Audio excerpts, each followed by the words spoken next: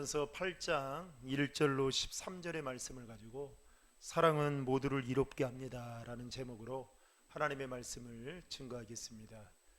사랑하는 성도 여러분, 우리가 코로나19로 인해서 만나지 못하고 또 함께 예배를 드리지 못하지만 여러분들이 거하는 그 삶의 자리자리에서 온라인으로 예배를 드릴 때마다 하나님이 주시는 특별한 은혜와 또 위로와 보호하심을 경험할 수 있기를 주님의 이름으로 축복합니다. 특별히 오늘은 제21대 국회의원 선거일인데요. 여러분 어떻게 투표를 잘 하셨는지 모르겠습니다. 이제 나라를 위해서 일해야 되는 국회의원들을 선출해야 되는데 이제 결과가 내일이면 나오지 않을까 싶습니다. 여러분들 좋은 일꾼들이 세워져서 나라를 위해서 또 특별히 그 가운데에는 믿음 있는 신앙 있는 또 국회의원들이 잘 세워져서 정말 이 나라를 위해 헌신할 수 있는 그런 사람들이 세워지도록 여러분 각자의 삶의 자리에서 꼭 기도해 주시기를 부탁드립니다. 여러분 교회에서 여름 때만 되면 단기 선교를 떠나는데요. 그때 다른 나라에 가서 선교를 할 때 가장 큰 커다란 장벽 중에 하나가 있다면 바로 그 나라 사람들이 가지고 있는 문화라고 볼 수 있습니다. 그래서 그 나라의 문화를 어떻게 이해하고 또 문화라는 옷을 어떻게 복음으로 입혀서 거기에 들어가서 선교를 하느냐에 따라서 선교의 결실이 달라지는 경우가 있다라는 것입니다. 그러다 보니까 단기 선교를 떠나는 팀들 중에는 선교를 하는 준비하는 그 과정 속에서 선교를 가게 되는 또 그 나라에 대한 문화를 배우는 시간들을 갖습니다. 외국인 선교사들이 복음의 불모지였던 우리나라에 복음을 전하러 올 때만 해도 그들의 눈에는 우리나라 사람들은 미개인으로 보였다고 합니다. 그때만 해도 우리나라가 잘 살지 못하다 보니까 문명의 혜택이 또 받지도 못하고 그리고 문화와 생활 수준이 낮을 수밖에 없었던 것이죠. 게다가 조선시대의 산업공상에 따른 신분에 대한 차별이 당시에 심했습니다. 또 우리 생활 속에 깊숙이 뿌리 내려져 있는 유교의 제사 문화 때문에 선교사들이 복음을 전하는 데에 애를 먹었다고 합니다. 특별히 이 조상에 대한 이 제사의 문제는요, 부모에 대한 효 사상과 함께 죽음 이후에 내세관과 연결되어 있기 때문에 상당히 예민하게 또 받아들이고 선교사님들도 이 부분 때문에 참 복음을 전하는데 많은 고충이 있었다는 것이죠. 그리고 또 하나는 술과 담배에 대한 문제였습니다. 당시 거의 농사를 짓는 사람들이 많다 보니 농한기가 되면 항상 문제가 되는 것이 술과 담배와 노름이었다고 합니다. 그리고 농사를 지을 수 없는 겨울이 되면요, 사람들이 삼삼오오에 모여서 술과 또 담배에 찌들었고 도박에 빠지는 일들이 비일비재했다라는 것이죠. 그래서 이 외국인 선교사님들 눈에는 이것을 끊어내지 못하면 이 나라는 희망이 없겠다라는 생각을 가지고 선교사님들이 복음을 전하면서 특별히 술과 담배에 대한 그리고 도박에 대한 것을 끊을 수 있도록 권장하고 권면하기까지 했다고 합니다. 그래서 예수를 믿으면 술 먹어서는 안 된다, 담배 피서는 안 된다, 이런 운동들을 이 외국인 선교사님들을 중심으로 시작을 했다는 것이죠. 그런 배경 때문에 지금도 한국 교회에서는 여전히 흡연과 음주에 대한 이 부정적인 생각들을 많이 가지고 있는 편입니다. 그런데 이와 비슷한 문제들이 오늘 고린도 교회 안에도 있었다는 것입니다. 오늘 본문 1절을 한번 보시겠습니다. 이제 우상에게 바쳐진 제물에 대해 말하겠습니다. 우리는 우리 모두가 지식이 있는 줄로 압니다. 그러나 지식은 사람을 교만하게 하고 사랑은 모두를 이롭게 합니다. 즉 고린도 교회 교인들에게 우상에게 바쳐진 제물은 시험거리가 되었습니다. 물론 그 중에는 우상의 제물인지 알면서 일부러 먹는 사람도 있었고, 반대로 그것을 모르고 먹었던 사람도 있었습니다. 당시 고린도에는 여러 신들과 또 로마의 여러 황제들을 위한 신전들이 있었죠. 그리고 거의 매일 신전에서 제사를 드렸습니다. 그러다 보니까 신전에서 제물로 드려졌던 고기가 시장으로 나와서 일반인들에게 판매가 되는 일들이 많았던 것입니다. 따라서 이 고린도 시장 안에 팔리는 고기의 대부분이 신전에서 제물로 드려졌던 고기들이었다는 것입니다. 그런 까닭에 그리스도인들이 시장에 와서 사 먹는 고기들이 대부분 우상에게 드려졌던 제사의 제물이었다는 것이죠.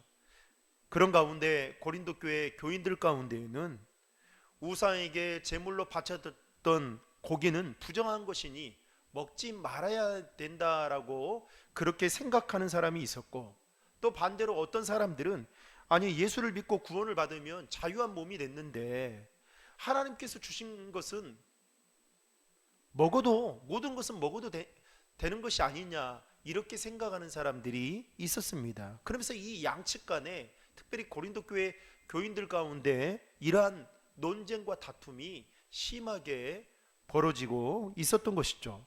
여러분, 요즘에도 이와 비슷한 일들이 때문에 기독교인들 중에는 간혹 고민을 하고 있는 분들이 더러 있습니다. 예를 들면 가족 중에 믿지 않는 식구가 있습니다. 그런데 그 식구가 어려움이 있다고 어느 날 큰 돈을 들여서 구술하는 거죠. 그리고 또 새 차를 구입했다고 또 안전을 위해서 고사를 지내는 일들이 있죠. 그런데 거기서 끝나는 것이 아니라 거기에서 구술하거나 고사를 지내고 끝이 나면 음식을 먹는데 거기에서 사용되어졌던 음식을 동네 사람들과 함께 나눠 먹습니다. 여러분, 예수 믿지 않는 사람들에게는 그 음식이 아무런 문제가 되지 않죠. 그런데 문제는 예수를 믿는 사람들이었습니다. 왜냐하면 그 음식들이 어떻게 해요? 굿이나 제사를 하는 일에 먼저 드려졌기 때문에 이것을 먹어야 되느냐 말아야 되느냐, 특별히 먹는 것 때문에 꺼려해서 심지어는 가족들 간에 이 문제 때문에 큰 싸움으로 번져서 이 문제로 고민하고 있는 성도들이 더러 있다는 것이죠. 여러분, 혹시 그런 일들이 있을 때 어떻게 하셨습니까? 그리고 앞으로 그런 일들이 여러분들에게 만약 있게 된다면 여러분은 어떻게 하시겠습니까? 둘 중에 하나이지 않겠습니까? 먹는다거나 먹지 않는다거나. 기독교인이라면 아마도 이런 고민을 한 번 정도 누구나 다 해봤을 것이고 또 이런 문제를 만났을 거라 생각되어집니다. 사도 바울은 고린도 교회 교인들이 이 문제를 가지고 논쟁하고 다툰다라는 이야기를 듣고 그 문제에 대해서 핵심을 가르쳐 주는데, 오늘 본문 1절과 2절이 바로 그 핵심의 말씀입니다. 1절과 2절을 같이 한번 읽겠습니다. 이제 우상에게 바쳐진 제물에 대해 말하겠습니다. 우리는 우리 모두가 지식이 있는 줄로 압니다. 그러나 지식은 사람을 교만하게 하고 사랑은 모두를 이롭게 합니다. 만일 누가 무엇을 안다고 자만하면 그는 아직도 마땅히 알아야 할 것을 알지 못하는 사람입니다. 여기서 말하는 지식은 우상은 아무것도 아니고 그 우상에게 드려진 음식은 먹어도 아무런 문제가 되지 않는다라는 것을 아는 것을 지금 지식이라고 말하고 있는데요. 그러나 이러한 지식은 교회를 다니는 그 모든 사람들이 다 가지고 있었던 것이 아니었습니다. 아직도 약한 믿음으로 인해서 우상에게 드려진 제물에 큰 의미가 있다라고 생각하고 그 음식 때문에, 아니 그것 때문에 두려움에 떨고 있었던 사람들이 더러 있었다는 것이죠. 그러면서 사도 바울은 지식에 있어서 고기를 먹어도 괜찮다고 말하는 사람들에게 오늘 본문 9절부터 13절까지 말씀을 통해서 이렇게 권면하고 있는데요. 제가 읽어드리겠습니다. 그러므로 여러분의 이 자유가 연약한 사람들에게 걸림돌이 되지 않도록 조심하십시오. 지식이 있는 당신이 우상의 신전에 앉아서 먹는 것을 누가 보면 양심의 거리낌이 있으면서도 용기를 얻어 우상에게 바쳐진 제물을 먹지 않겠습니까? 그러면 그 연약한 사람은 당신의 지식 때문에 망하게 됩니다. 이와 같이 여러분이 형제들에게 죄를 지어 그 약한 양심에 상처를 주는 것은 그리스도께 죄를 짓는 일입니다. 그러므로 음식이 내 형제를 넘어지게 한다면 나는 내 형제를 넘어지지 않게 하기 위해 영원히 고기를 먹지 않을 것입니다. 한마디로 사도 바울은 하나님을 믿는 사람은 우상과 우상에게 드려졌던 제물이 아무것도 아니라는 그 지식을 가지고 있지만, 문제는 이 지식을 가지고 있다고 해서 교만을 떠는 것이 더 큰 문제라고 사도 바울은 지금 지적하고 있는 것입니다. 쉽게 말한다면 자신의 지식으로 교만한 그들은 영적으로 연약한 상태에 있는 사람이 우상에게 드린 제물로부터 자유함을 얻지 못하고 두려워할 때에 어떻게 해야 됩니까? 그 지식을 가지고 있는 사람이라면 도와주고 격려해주고 이래야 되는데 어떻게 해요? 더 우습게 여기고 더 아래로 바라봄으로 인해서 상처를 주었다는 것입니다. 무엇이요? 그 아는 지식이 그렇게 했다는 것이죠. 그래서 사도 바울은 자신의 지식을 자랑하며 우상에게 드려진 고기를 먹는 그들의 모습을 보고 믿음이 약한 사람이 신앙의 양심에 꺼리끼면서도 먹고 실족한다면 그것은 바른 지식이 아니다라고 바울은 말하고 있는 것이죠. 더욱이 사도 바울은 말씀의 지식도 중요하지만 그 지식이 성숙한 지식이 되려면 덕을 세우는 지식이 되어야 된다라고 덧붙여 말하고 있습니다. 이 말은 곧 여러분, 지식이라는 것이 내가 아는 것 자체가 힘이 있는 것이 아니라 그 지식을 가지고 사랑으로 덕을 세우는 것이 더 힘이 있다라는 것을 사도 바울은 강조하고 있다라는 것이죠. 그래서 사도 바울은 자신은 우상에게 드려진 고기를 먹어도 아무런 문제가 되지 않는다는 지식을 가지고 있지만 자신이 고기를 먹음으로 인해서 혹시라도 약한 믿음을 가지고 있는 사람이 실족하게 될 것 같으면 자신은 어떻게 해요? 평생 고기를 먹지 않겠다, 이렇게 고백하고 있는 것입니다. 그래서 오늘 본문 13절에 보면 이렇게 말하고 있죠. 그러므로 음식이 내 형제를 넘어지게 한다면 나는 내 형제를 넘어지지 않게 하기 위해 영원히 고기를 먹지 않을 것입니다.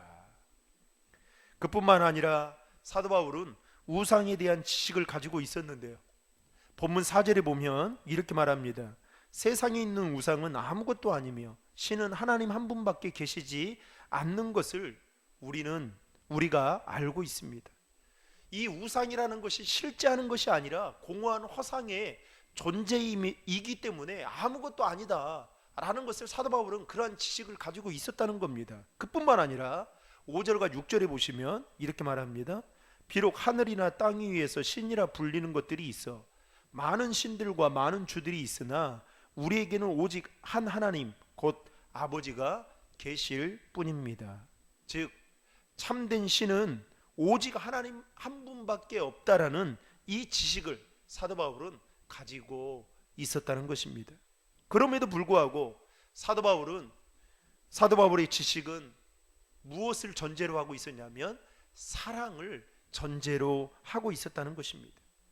그렇기 때문에 자신의 행동으로 인해서 혹여나 믿음이 약한 자들이 실족당하게 될까봐, 넘어지게 될까봐 우상에게 드려진 그 제물에 대한 고기를 자신은 먹을 수 있겠지만 먹지 않는다라고 그렇게 고백하고 있는 것이죠.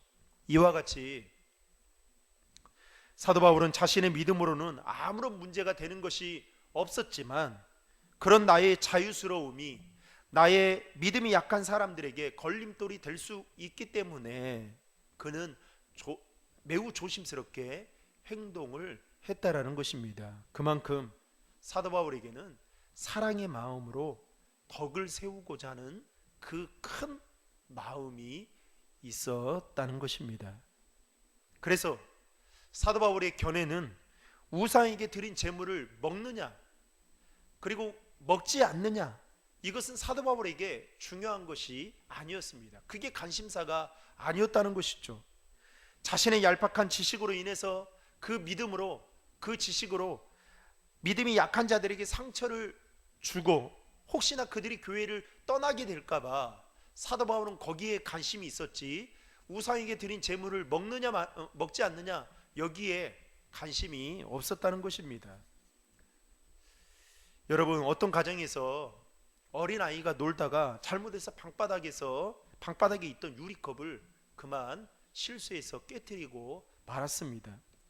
이것을 본 어머니가 어린 아들에게 이렇게 말합니다. 야, 너는 눈도 없냐? 너는 눈도 없냐? 이렇게 심하게 아이를 꾸짖었습니다. 그것을 옆에서 본 아이의 아버지가 그 부인에게, 아니 당신은 그걸 여태껏 치우지 않았어요?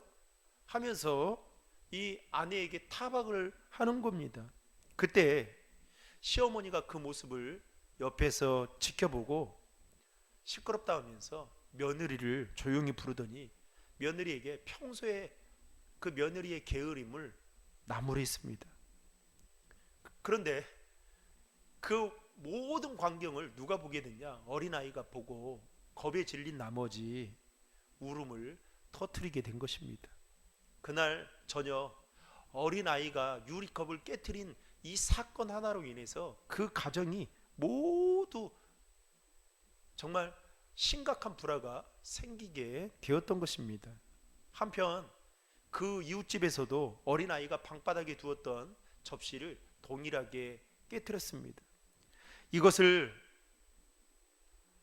아이의 어머니, 아버지, 그 다음에 할머니가 다 보게 된 것입니다.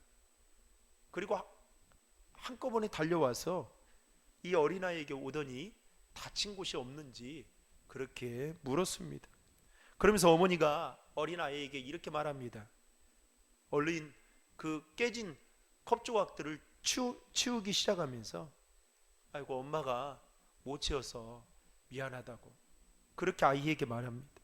이때 할머니가 어린아이에게 또 다가와서 이렇게 말합니다.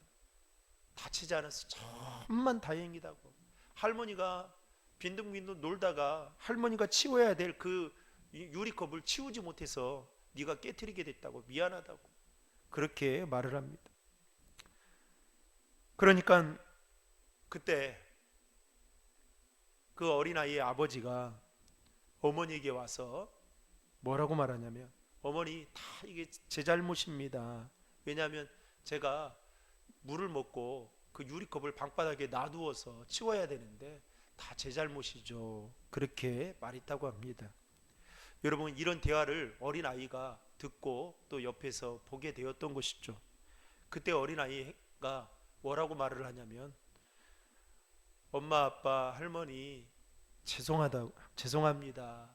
앞으로 제가 더 조심해서 주의를 하겠습니다 라고 말했다고 합니다.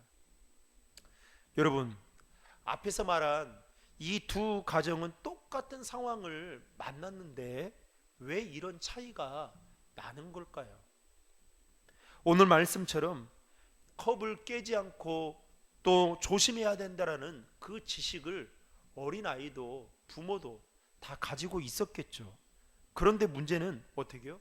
사랑의 마음이 더 크지 않기 때문에 한 가정에서는 어린아이에게 그렇게 타박을 한 반면에 한쪽에서는 오히려 어린아이를 더 사랑으로 감싸주고 다치지 않았냐고 더 챙겨주더라는 것이죠. 문제는 지식이 아니라 사랑이 더 중요하다라는 것입니다. 사랑하는 성도 여러분, 사랑이 없는 지식은요, 많은 사람들에게 상처와 아픔을 줄 수밖에 없습니다. 그러나 사랑이 있는 지식은 넘어진 사람도 일으켜 세울 수 있을 정도로 강력한 힘이 그 안에 있다라는 것입니다. 그러므로 사랑하는 성도 여러분, 이런 사랑이 내 안에 지금도 있는지, 그리고 혹시라도 그 사랑을 내가 예전에는 가지고 있었는데 지금은 잃어버리지는 않았는지를 우리는 점검해 보아야 할 것입니다. 바라건대 저는 우리 신도림 중앙의 모든 성도들이 율법에 대한 지식보다 하나님의 사랑이 더 충만하기를 주님의 이름으로 축복합니다. 그리하여 자신에게는 보다 더 성숙한 신앙생활이 되며 더 나아가서 가정과 교회에는 그 사랑으로 덕을 세우는 은혜의 통로가 되어 우리 교회가 지금보다 5년 후 10년 후가 더 부흥되어지고 아름답게 건강하게 세워지는 은혜가 있기를 주님의 이름으로 축복합니다. 다 같이 기도하시겠습니다. 하나님 아버지, 오늘 말씀을 통해서 우리의 삶을, 우리의 신앙을 다시 한번 점검해 보게 됩니다. 우리가 하나님에 대한 말씀은 잘 알고 있지만 그 말씀 안에 사랑이 얼마나 녹아져 있는지 돌아보게 됩니다. 내가 가진 얄팍한 지식으로 때로는 다른 사람들을 정죄하고 비판하고 판단할 때가 많았는데 이제는 주님이 주신 그 사랑으로 많은 사람들을 격려하고 세워줄 수 있는 그 마음들이 우리 안에 차고 넘칠 수 있도록 도와주시고, 바라옵기는 우리 신도림 중앙교회 안에 그 주님의 큰 사랑이 충만해서 서로 세워주고 격려하고 일으켜주고 이끌어줄 수 있는 아름다운 마음들이 우리 안에 많아질 수 있도록 인도해 주시옵소서. 지식으로 사는 자가 아닌 주님의 사랑으로 함께 나누며 살아가는 저희들 되도록 도와주시옵소서. 하나님, 3층 공사가 은혜 중에 잘 마칠 수 있도록 인도해 주신 거 감사합니다. 이제 그 장소가 하나님의 복음이, 하나님의 사랑을 나누는 축복의 장소가 되게 도와주시고 우리 성도들이 더 마음껏 또 기뻐하며 그곳에서 함께 주의 사랑을 나눌 수 있는 또 좋은 장소가 되게 도와주시고, 이 일을 위해서 수고하고 또 애쓴 주의 종들이 있사오니 주님 하늘의 상급으로 주님 갚아주시고 인도해 주시옵소서. 코로나19가 빨리 종식되어져서 함께 모여 예배하는 그날이 돌아올 수 있도록 인도해 주시고, 제21대 국회의원 선거가 이제 끝났는데 하나님 보시기에 기뻐할 만한 사람이 잘 세워질 수 있도록 인도해 주셔서 이 나라가 온전히 하나님의 말씀 앞에 바로 세워지는 은혜가 있도록 도와주시옵소서. 예수님의 이름으로 기도하옵나이다. 아멘.